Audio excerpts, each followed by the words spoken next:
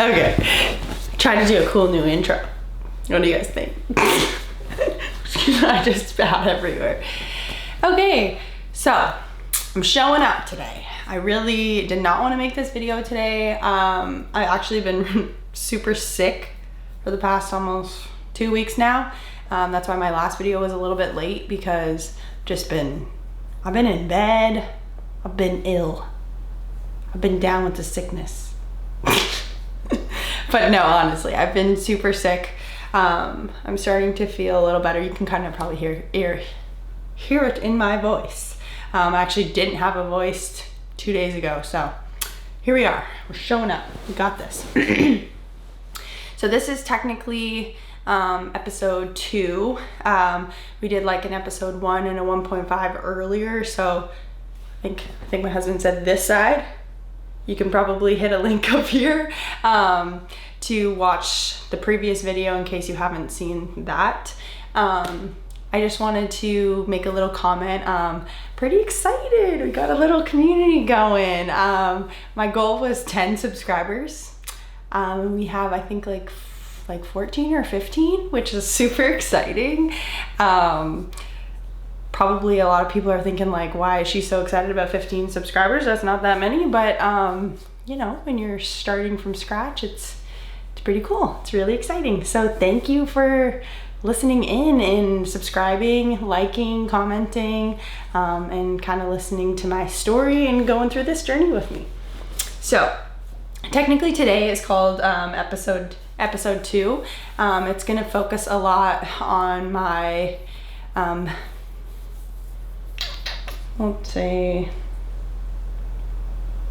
it's gonna focus a lot more on my like anxiety side of things for mental health, and kind of how I'm struggling with that, going from like when I was a kid to kind of adulthood. So when I was a kid, I used to get kicked out of class like every single day, probably every single day, starting from kindergarten all the way into high school. Most of the time I got kicked out of class for talking. I was like, you know, interrupting or chatting or talking. And I kind of contribute that to like my anxiety as a child, because I always felt like I needed to kind of get everything I could out. I needed to, you know, make friends as fast as I could. I needed to talk to them as much as I could, because at any point I could move. I could pick up, have to pack everything up and leave them. So I felt like I needed to get all of my friendship and everything in like super quick and fast. And just, you know, that included class time, which obviously interrupted teachers. You know, I was always labeled as the bad kid, the interrupter, which really kind of affected me, because I wasn't trying to be the bad kid. It just ended up being portrayed that way. And I think that was definitely because of my anxiety. And I didn't know how to like properly regulate. So I didn't realize, you know, like during school time, that's quiet, you know, pay attention type of thing. And then when I had like recess or time to hang out with my friends, that's when you get all your talking out. So getting kicked out of class, you know, from being a little kid all the way up until like my older teen years, was something I really struggled with. It really frustrated me. I didn't like being labeled as like the bad kid. I didn't like doing bad, like being bad. And so I think I really, so I more struggled with the fact that everyone kind of labeled me as disruptive, or like the teachers didn't like me because I was disruptive.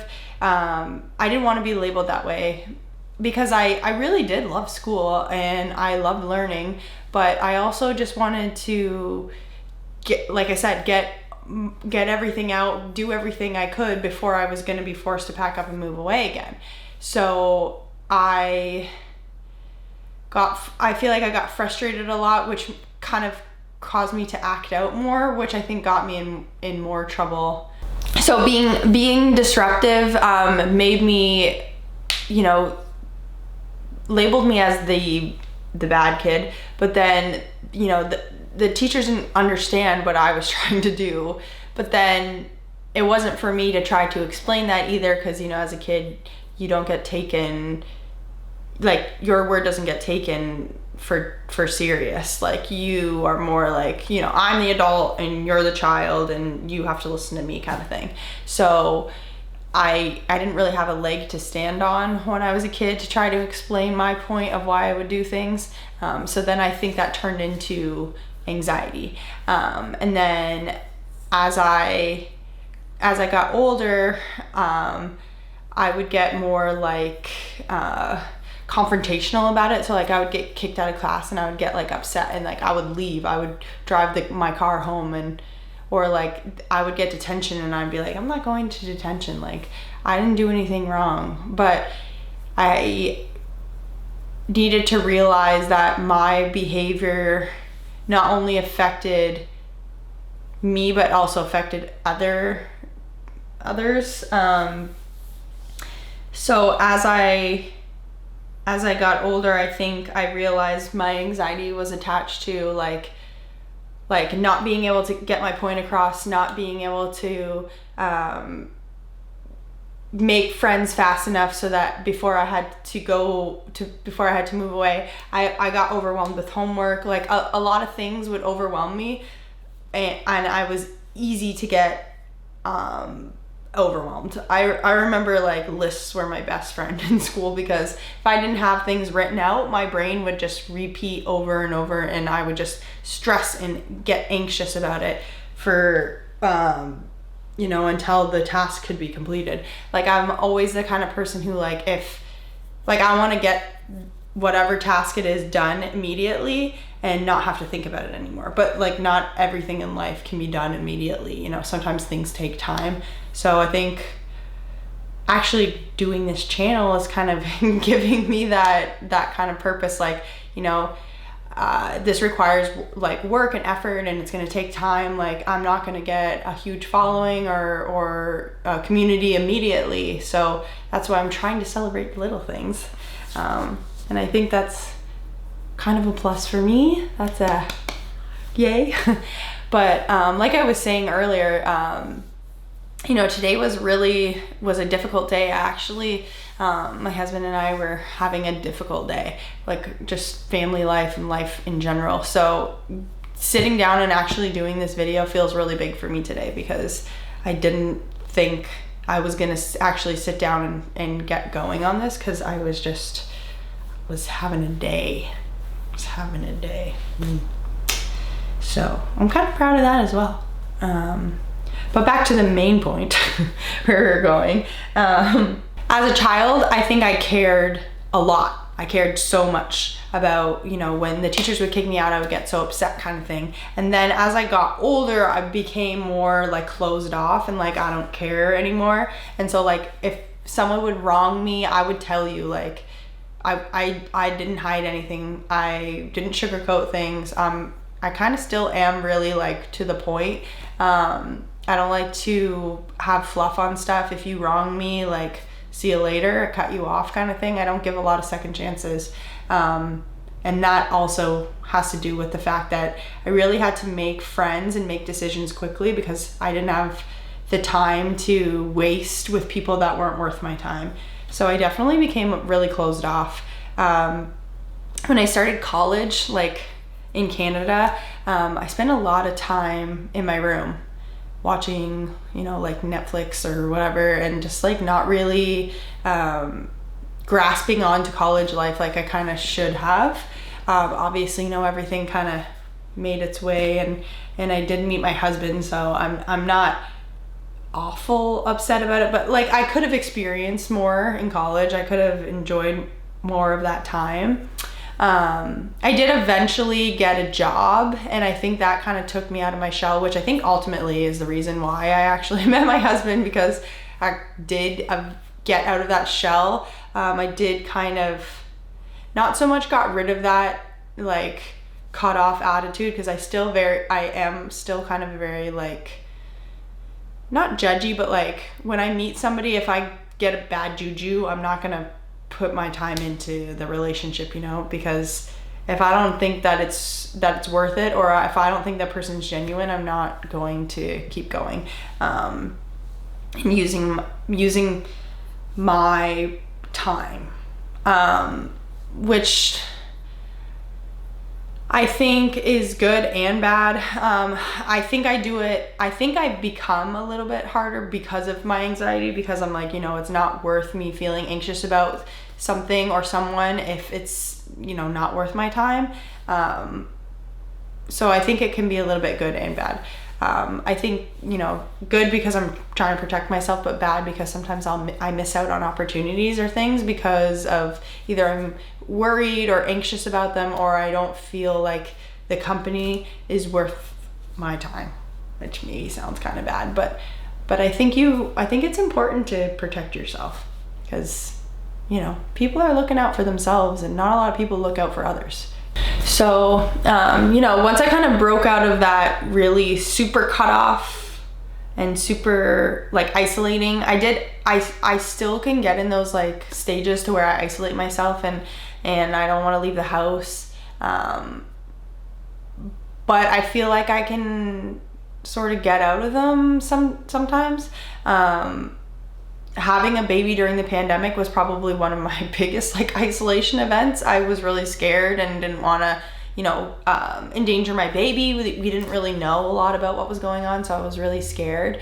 And so I've definitely isolated myself a ton during that time. I've since kind of come out of that, which I'm so thankful for, because that was some dark times.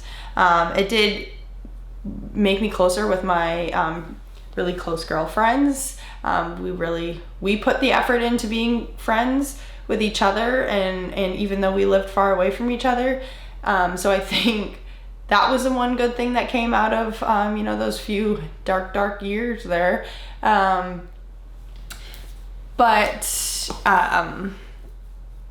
it definitely takes effort from your whole friendship, and if half the friends don't want to put effort in, then it's just not going to work. So I think that was something that really helped my anxiety. I don't know, I don't know, how do you guys feel like, I feel like I tend to really lean on my friends a lot. Maybe they don't know how much I lean on them, but I really do. Like, after having a good sit down talk with my girlfriends, I feel a lot better, especially when there's like, been something that's been stressing me out during the week or whatever. After talking to my friends, or even sometimes like sitting down with my husband and just kind of just like letting my brain just spew everything, I feel like that really helps. But I don't know, like sometimes I'm like, is that fair for me to unload? But I'm hoping that, my community can feel like they can also talk to me too. I don't want to be the only one just kind of like spewing information all the time. Like, I really do want this to be like a family that, we can all kind of talk, and I definitely look through the comments and stuff too. So, if anybody's going through anything and they want to talk about it, I would love to hear from you, whether you want to do it in the comments or a private message or whatever. But I really think that this platform is something that I want to use to have like, people to lean on and people to talk through things and, go through those tough life stories. Like, I don't want to be this super hard person, but I also, need to work through my mental health struggles too. So I think it's nice to make a community to where we can all work through things together. Yeah, I mean, so the main point of this episode is to kind of say like my anxiety, my depression, technically undiagnosed OCD, have like really been pushing down on me. Like, I've been feeling, it's been rough. It's been especially being sick and feeling like useless in the home. Like not being able to cook and not even be able to take care of my son like I want to. I think I've been extra hard on myself this week.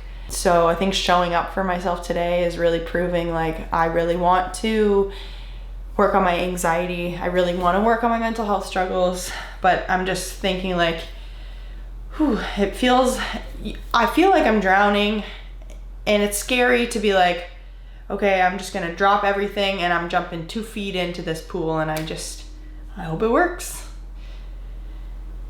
I really do. Yep.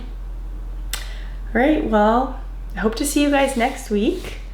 I hope my little ramble there was fun to listen to, because I don't really know. Like, it feels good. It feels good to talk about things that upset me from the past and work through them. I hope it's helpful. And yeah, so hopefully you'll tune in next week and we'll have another chat. I also love to see the likes and the comments. Share this video with your friends. Don't forget to subscribe to my YouTube so I can keep making these videos. And thank you so much for listening today. My lips are really dry. I got really dry lips. But I got my face done again. I got my face lasered. This is super random, but I think we're gonna, probably next month, I am getting my last laser treatment. So I kind of we'll make a clip on that too. Since I am bringing it up, I'll tell you I'm doing MD laser on my face to help with acne and stuff, which is another big anxiety trigger. Going through, mom puberty. So I'm doing the laser treatment. So I will hopefully get some really cool like before and afters of all 3 of the treatments once that's done. So tune in for that one as well. All right, talk to you later.